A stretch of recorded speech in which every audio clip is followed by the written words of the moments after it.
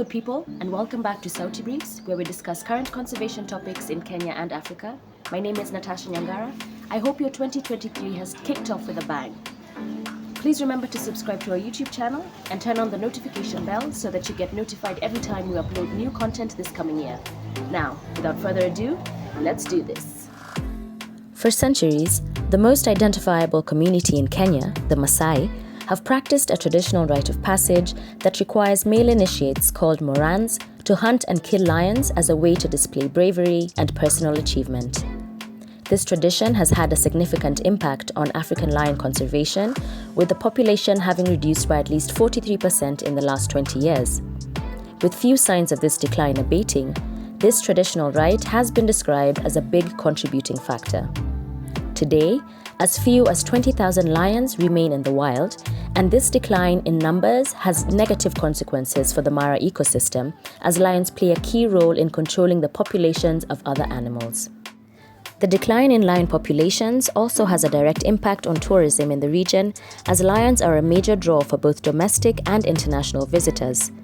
The decline in tourism revenue causes a ripple effect on local economies, as many businesses rely on the income generated by tourists. Conservationists and government agencies continue to partner with the Maasai community to find alternative ways of celebrating this rite of passage without endangering the king of the jungle. This includes finding safer ways of honoring this tradition by encouraging young Maasais to become wildlife ambassadors, spreading awareness about the importance of lion conservation. The Maasai Olympics is an annual event held in Kenya in the month of December, representing a history-changing shift from killing to conservation.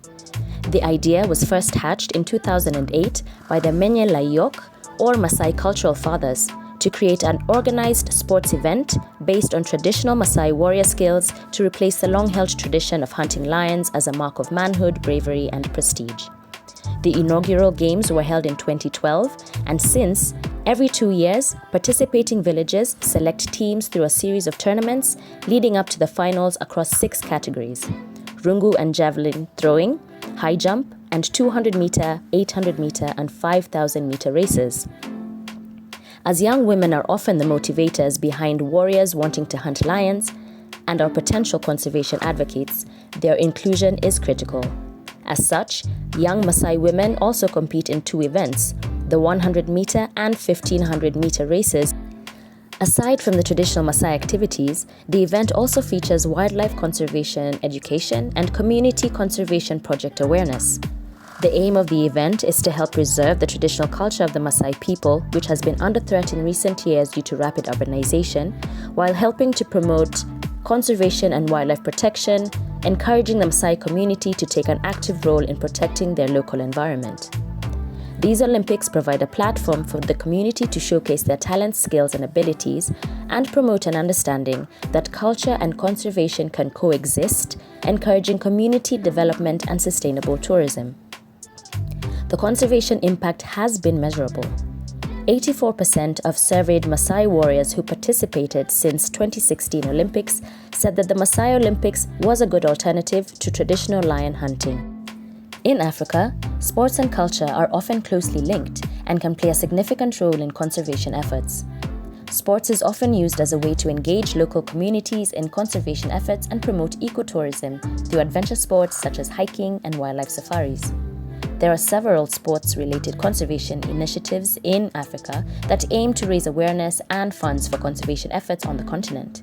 Some of these examples include the Great Elephant 100-kilometer relay run in South Africa that raises awareness for elephant conservation, the Big 5 Challenge in SA, which raises funds for the conservation of the Big 5 animals, and the Mara Elephant Project Run in Kenya, which is a marathon and half marathon that raises funds for the Mara Elephant Project, which works to protect elephants and their habitats in the Maasai Mara ecosystem, among others. So tell us, do you know about any other sports-related conservation efforts in Africa? Let us know in the comment section below. The fashion industry has a significant environmental impact, including water and air pollution and greenhouse gas emissions. In Africa, the fashion industry can also have negative impacts on local ecosystems and communities, particularly in relation to cotton and leather production. One of the main environmental impacts of the fashion industry across the continent is the use of hazardous chemicals in the production of textiles, particularly cotton. Pesticides and other chemicals used in cotton production can contaminate local water sources, harming both human health and the environment. Leather production also has a negative impact, including pollution from tanning chemicals, deforestation, and water scarcity caused by overgrazing of cattle. Mitigation solutions for these environmental impacts in Africa include the use of sustainable cotton production methods, such as organic or regenerative farming practices, and the use of alternative materials, such as recycled or upcycled materials. There are also initiatives to promote sustainable and ethical fashion production in the continent, such as the Ethical Fashion Initiative, which supports African artisans and promotes sustainable production practices. In addition, there are also emerging technologies for sustainable textile production, such as the use of mushrooms and bacteria to create sustainable alternatives to leather, or using nanotechnology to create water-repellent fabrics.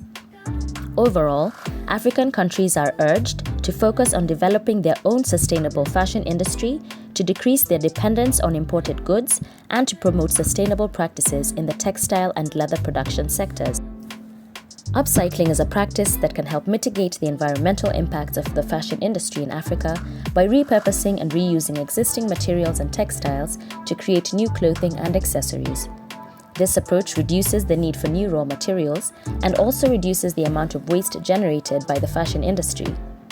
Using traditional techniques such as tie and dye, creating new garments from old clothes, recycling plastic materials to create fashion accessories, and using leftover fabrics to make new garments are some of the upcycling measures used in the fashion industry aimed at mitigating environmental impacts.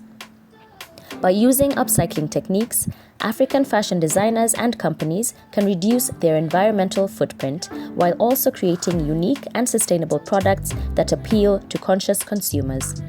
Additionally, upcycling can also create job opportunities and foster creativity and innovation in the fashion industry. Since 2012, an annual fashion show has been taking place in Lagos, Nigeria, celebrating innovative fashion design while promoting waste reduction and sustainability. The event features models showcasing outfits made from upcycled materials that would typically be considered trash.